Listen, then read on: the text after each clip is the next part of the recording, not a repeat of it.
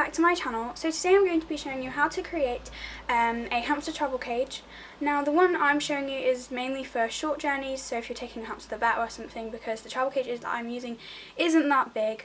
If you're taking your hamster on holiday and you're going quite far away, so like 3 or 4 hours or even longer, then you're going to want to use a bigger travel carrier, just because the one I'm using is quite small, so it isn't really suitable for those longer journeys. But I hope you enjoy the video. So first you're going to need obviously a travel carrier. I'm using this one by Furplast because it's a good size for short journeys. But now we're going to go ahead and just need to add some substrate to the carrier just to make it nice and comfy for your hamster. And as you can see, I've already done this. I'm just using some aspen shavings, and you don't need to do it too thick because obviously your hamster probably isn't going to dig in the short space of time. Next, you're just going to want to take a handful of bedding from your hamster's cage just to add in their scent, and then you're just going to want to mix it all in just so that their scent is mixed throughout. Next, you're going to want to add a little hidey house for your hamster to sleep in.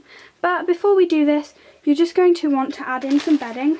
So I'm going to take some of these paper flakes and I'm just going to pop them into the thing. It doesn't matter if they get spread out around the carrier and you kind of mess it up. But yeah, so you're just going to want to put a few of those in, and then I'm just going to place that here. I'm also then going to take some toilet paper, which is what I use for Humbug's bedding a lot of the time because it's really soft. So I'm just going to take some of that and I'm just going to shove it in there just because that makes it a lot comfier and a lot nicer for your hamster. Next, you're going to want to add some food. I use this Harry hamster mix. So there are two options where you can do this. So the first option is where you can put it in a bowl. Now bear in mind that if you do put it in a bowl, obviously it's going to take up a little bit more room, and you're going to have to use a plastic bowl because if you use a ceramic bowl then it might fall over on your hamster. So my preference is, personally, I just take a small amount of his food and then I just scatter it around his cage. The good thing about scatter feeding in the carrier is also that it gives your hamster something to do.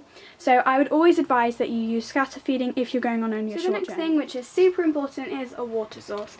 Now there are several ways which you can do this, and I would never advise using an actual water bottle, apart from the fact that you can't actually get it through the bars in most carriers. So I wouldn't recommend a water bottle. And a water bowl, if you're going in a car, it's quite likely that it will fall over. So the best thing for me is a kind of a really watery vegetable or salad, such as this piece of cucumber, and that's just notice that on screen now there are other options of different vegetables you could use to provide. So the next thing you could add, which obviously is optional but I would definitely recommend, is some kind of chew toy, such as a Whimsies or a Mineral Chew. Because this just gives your hamster something to do whilst they're on the journey.